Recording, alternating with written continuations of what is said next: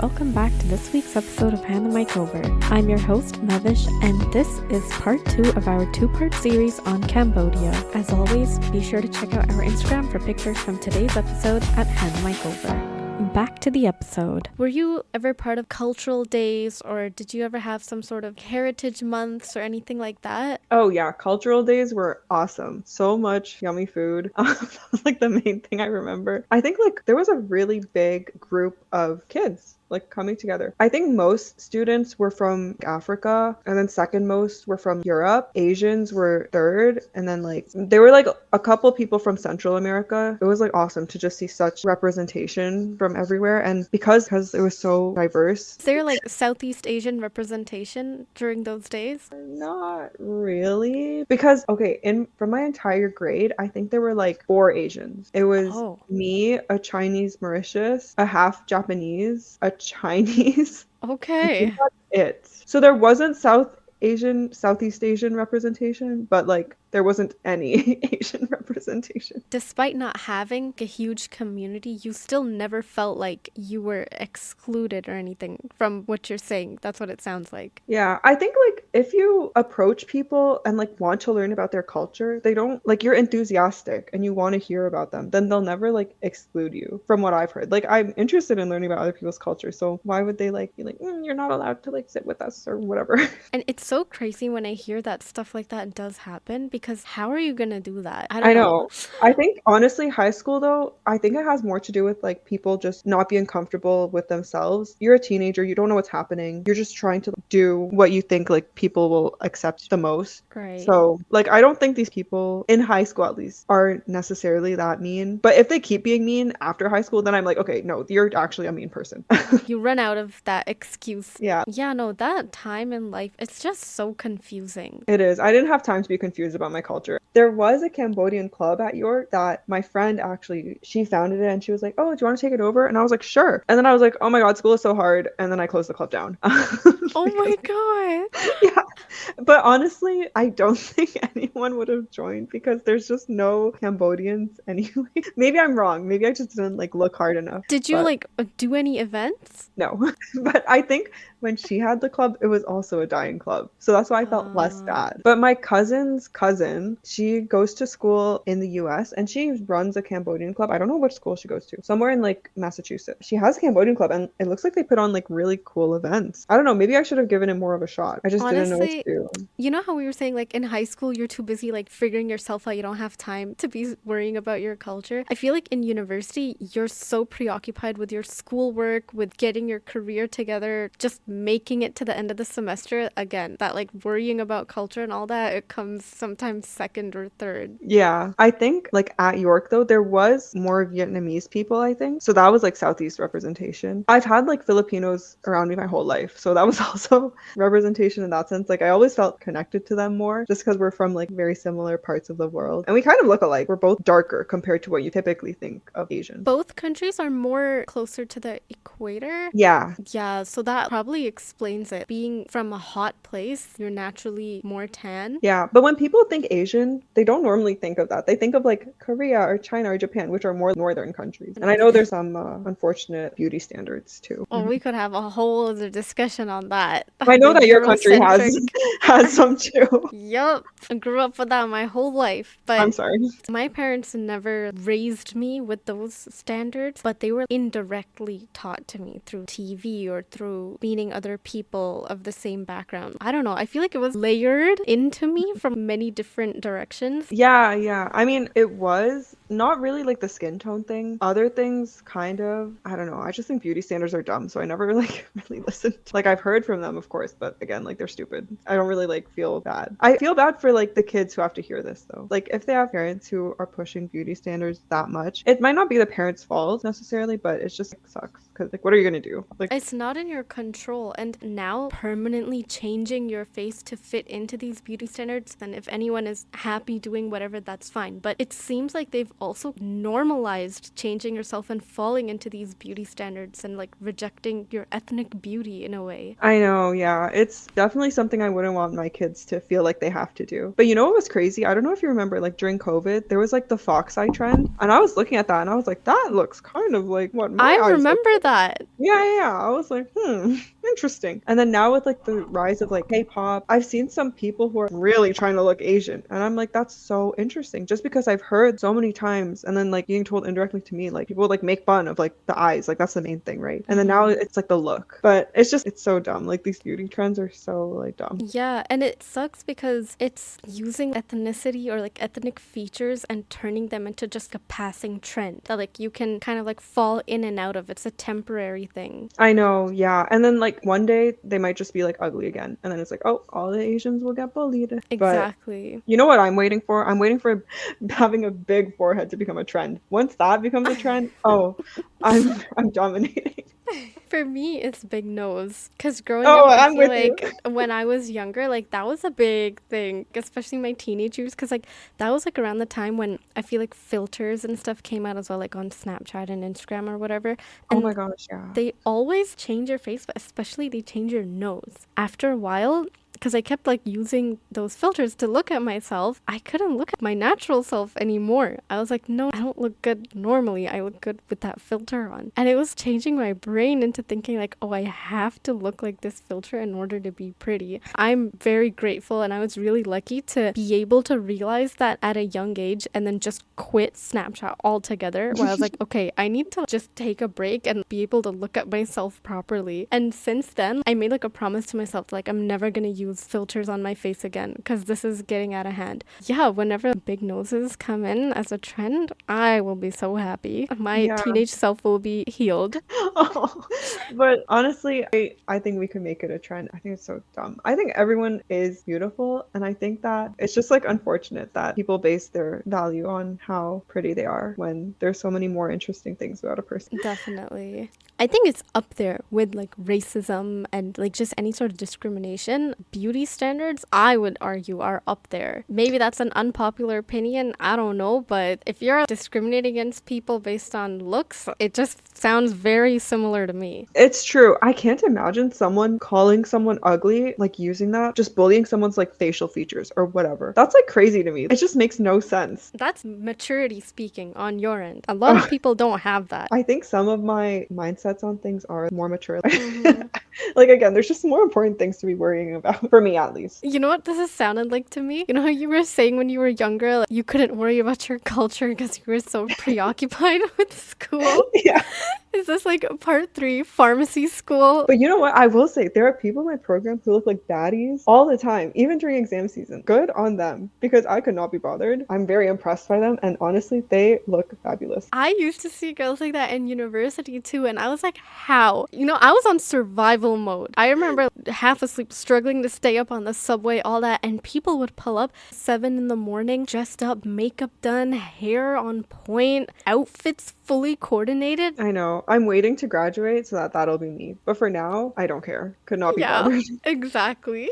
Now, as a mature, older Celina, if you could go back to your child self, what is something that you would potentially change or say to your younger self? I never thought about this. I definitely don't think I'm the best person to give words of wisdom to my younger self, just because I still don't have my life together. I think I would try to force myself to speak more Khmer, and like it's easier said than done. Like I can always learn Khmer now, but you know, in high school I had way more time. Just because it's a lot harder to communicate with my grandparents when I don't speak Khmer, and it's just really cool to be able to speak that language, and it like always impresses the older people when you speak Khmer well. And I think that's definitely something I'm going to try to focus on once I graduate. So 2 things, becoming a baddie and learning Khmer. Yeah, oh yeah, I'd also teach myself how to do makeup so I can be like the baddies in my program. Love that. I'm learning the numbers, so whenever I meet up with my grandparents, I'll be like, teach me how to write these numbers. And I forget most of them. Around Christmas time when I was around my grandparents, I knew them. I'm sure when you revise, it'll all come back to you. I hope so. Let's jump into this trip that you took to Cambodia. You mentioned you were in high school when you went? Yes, so this was in January of 2019. Yes, that was the first time. We went to a bunch of different cities. We went to Phnom Penh, which is the capital. We went to Siem Reap, which is where my grandmother's from. We went to Battambang. We also went to Thailand, so that was a cool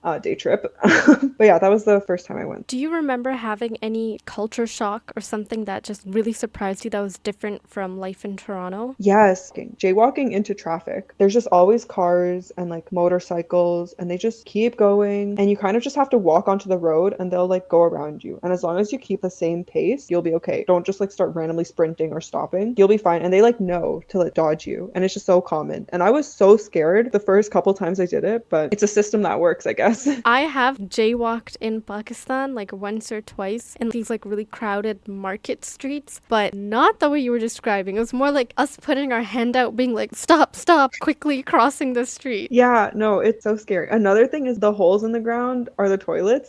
I did not know how to use Oh and no! I was like, don't know. I don't get it. I still don't get it. So you also had the holes in the ground in Pakistan, right? Yeah, I remember there being a place to put your feet on each side of it, and it was modernized, I guess. I think depending on the place, we were between cities, so they didn't have like ceramic restrooms. And in some places they had toilets. That was cool. Not that the holes in the ground aren't cool, but What about when you came back from Cambodia to Toronto? Did you feel like a part of you had changed? yeah, I mean, it was very cool to just look anywhere and see my people look like me. That's like never something I had experienced before. Everywhere you go, there's a Cambodian person. It was just so cool. I definitely realized how privileged I am just because it's like a third world country. A lot of people are struggling. They also have like issues with their government to see like where my parents came from. But the Cambodia we saw was not the same Cambodia that they left because they left in the middle of a war. So I think they were kind of like getting to experience it again for the first time. And they were like really cute, like showing me where like their old house was and yeah, just stuff like that. It was really hot too. I'm grateful that I'm in Canada. I mentioned earlier, like me and my sister are best friends. We became best friends from that trip in Cambodia because it was so hot we didn't want to leave the hotel. Are you So serious?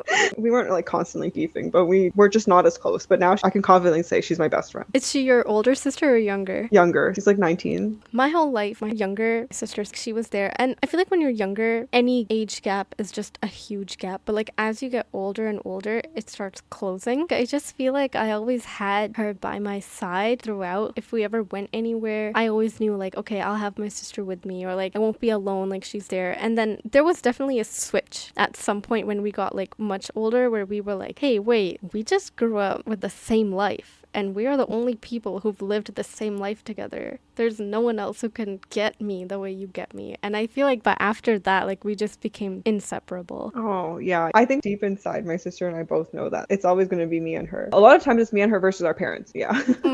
That is your teammate who's going to stand for you, even in that battle, which feels impossible. Yep. So we're approaching the last part of the podcast where I just ask a little bit more about Cambodian culture. Is there any sort of cultural clothing that comes from Cambodia? Yes. So we share a lot of similar clothing to Laos and Vietnam. I'll speak from the perspective of women's clothing. It'll be like a very intricate shirt, kind of lace, but like itchy lace, if you know what I mean. Like tulle kind of, like what the ballet tutus are made out of, you know? And then it'll have like lace on it and like some sparkles, and it'll be like any sort of color, like blue, pink, gold. And then sometimes there's like a scarf you can like tie crossbody. There's a skirt that goes with it, which is a folded long blanket. And that skirt is normally less flashy. It'll be like a more muted tone, but sometimes it matches the shirt, but it can be brown or orange. And yeah, that's Cambodian clothing. I'd say that's more traditional. So yeah, saput, which means skirt. It's literally just called that. That sounds beautiful. Yeah. And when you say traditional, like where would it be worn? At a wedding as like a bride, or maybe as a guest, or somewhere else?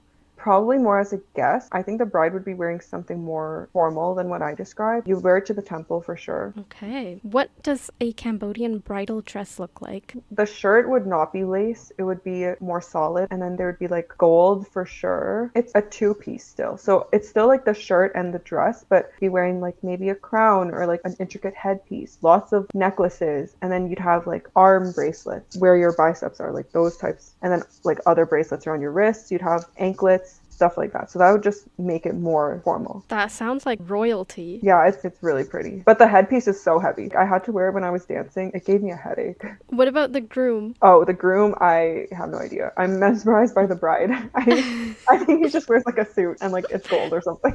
Is that just like a universal thing? I think so. That's hilarious. Oh my god. That's just, I guess, people being people. Yeah. Doesn't matter what culture. Yeah.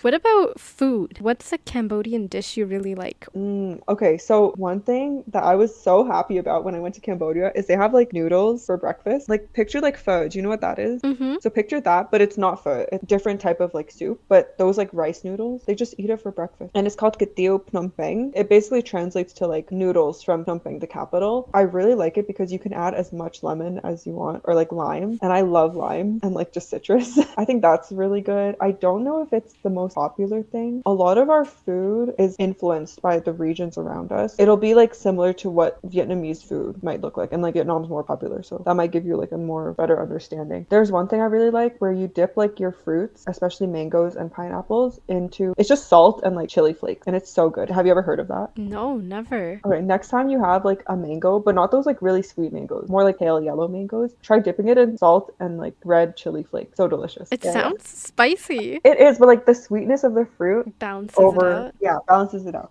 No, yeah, because I think there's like this thing, I think it's called tajin, and it's like a mix of salt and chili powder. I'm not sure. In Mexican cuisine, they sprinkle that on their fruits a lot. Yeah. So I don't know if there's a connection between the two. I know they're on completely different ends of the world, but both are like hotter climate regions. That might be like the fruits that grow there, the flavors that come from there. Maybe both countries are just geniuses. But yeah, it's hard for me to know like what comes from Cambodia and what doesn't, just because there's so many like neighboring countries that we take influence from. So yeah, just everything that you described sounds really refreshing. Even the noodles, like putting lime on them, adding that citrus aspect, making fruits be more flavorful, like all of it just sounds very fresh. Yeah, I think that I get made fun of because I have a really low tolerance for spicy food, but I feel like Cambodian food isn't that spicy. But so then you're just being an authentic Cambodian. Yeah, it's not my fault I can't eat sweet chili heat Doritos. Like they hurt. Okay, to be fair, those are a bit spicy. Thank you. What about the entertainment industry? Oh, the Cambodian entertainment industry? Yeah, we have this one like rapper who's like really popular. He's like played at the temples and stuff. Other than that, I think there's like one female voice actress and one male voice actor who will like dub over like other films, because I swear every Cambodian thing I've watched, they all sound the same, even if it's like dubbed from like another country. Like I'm convinced it's just like one or two people and they just play the same characters in every single movie. Interesting. I know that there was one actress in the second season of Daredevil. Her name is Elodie Young, and she's French Cambodian. Shout out to her, because it's so like rare to see Cambodians. I remember like every Cambodian actor or like celebrity in the media. So she's half Cambodian. She's gorgeous. I know there's like a Valorant pro player who's Cambodian. Okay. Too. His name's Jogamo. I also don't know anything about his personality, so I'm not endorsing these people. But I know that they're Cambodian. So we got the rapper, the female and male voice actors, Daredevil actress, and then Valorant pro player. I think that's a pretty good list. Right? Yeah. Those are the Cambodians that I remember. I don't know the actors or the actresses' names, but shout out to them. They sound great. There's also this one up-and-coming famous Cambodian pharmacist. I don't know if you've heard of her before. Her name's Celina. Oh yeah. That was my Cambodian representation growing up. Hell yeah. Well, I love that. Yeah. And now you know Cambodia is not in Africa, if you were ever confused about that. I heard Cambodia getting confused with Colombia growing up. Oh, really? Yeah. I've never heard that one. I think now that we're older, people know more of where each country is. Yeah, for sure. And I think the internet has played a big role in that, connecting the whole world together. Yeah. How else could you say people could connect to Cambodian culture while living in Canada? I think that they should go to my temple, because our temple is open for visitors. It used to be a butterfly conservatory. They could go during special Cambodian days, so like Cambodian New Year or Buddha's birthday and stuff. Yeah, they can just like see what it's like. We have like a live band, we have dancers, we have lots of food. It's great traditional Cambodian dancing. So what we're representing is called apsaras, which are like kind of like the angels. So we're kind of coming down, and a lot of dances have to do with like blessing the audience. So we'll like throw flower petals at them. That's like the main one where we're blessing the audience actually, but it's really nice. Oh wow. If anyone wants to visit visit this temple, is there like an official name for it? I just have Newmarket Cambodian Temple written down. It's just the Khmer Buddhist Temple of Ontario. So another thing that I don't think we really touched upon is like Buddhism is very much a part of Cambodian culture. I feel like in order to connect with my culture, a lot of times I have to connect with like the religion, just because I meet all the Cambodians at the temple. We do like Cambodian dances where we like pray at the end. So that's another thing that I don't know if everyone necessarily gets that experience, but that's just one thing that I had to do to connect more. Would you say that was like a big part of you finding your identity growing up? No, I think the dancing had a lot to do with it, but I think in terms of like religion, there's some controversy apparently where Buddhism is not a religion. I don't have a hot take on this. I think officially it is a religion, but like a lot of Buddhists will be like, it's like not really, like compared to other religions who I think are a lot more maybe structured, I guess. But there is always some like Buddhism in every Cambodian gathering, especially when you're like gathering at the temple, you know. Do you feel like that was also true when you went to Cambodia? No, actually. So maybe it's just Cambodians in Canada all gather at the temple, but then Cambodians in Cambodia just do whatever. That's really interesting. Yeah, because I feel like with other like ethnicities, they can meet elsewhere, like just like mingling, like being out and about, or like at like family, like friend gatherings or whatever. And like on the show before, I've talked about this as well with other guests. Sometimes they have a cultural festival that happens in Toronto or some sort of culture-specific event. So that's also like a really common place to learn and meet other people from your culture. Yeah, so our cultural event is probably like Buddha's birthday. So like again, like there's just themes of Buddhism around, or like Cambodian New Year maybe. When you go away from that home country, you need to find common things to connect on. And I guess for Cambodians living in Canada, Buddhism was one thing that they were able to use to be able to connect to each other and to their faith as well.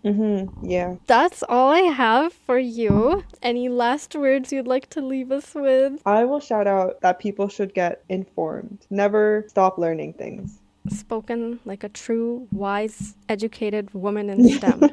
Thank you so much for your time today on the show, Celina. I had such an eye-opening convo with you today, and this was really fun. I hope you had fun too. I did. It was great to talk to you, and I think like you brought up some really insightful things that I'm definitely going to think about later. Me too. I'm going to pull out my map and study where Cambodia is because I need a visual and I need to educate myself on this now. Yeah, I know where Pakistan is, but I have so many friends from there. Oh, it's always so much fun talking to you. I mean, I met you when I was 16 and I'm turning 23 now, and it just feels like we just jump back into that time. I know. We should definitely catch up sometime. Is there a way to say bye in Khmer? Jamriap Lia. Jamriap Lia? Jamriap Lia. Jamriap Lia. Exactly. Okay, well, I will give you an official Khmer bye. Jamriap Lia. Jamriap Lia. Bye. Thank you so much for tuning into this episode of Hand the Mic Over. As always, be sure to check out our Instagram at Hand the Mic Over to find more pictures from today's episode. And don't forget to follow us on YouTube and Spotify at Hand the Mic Over.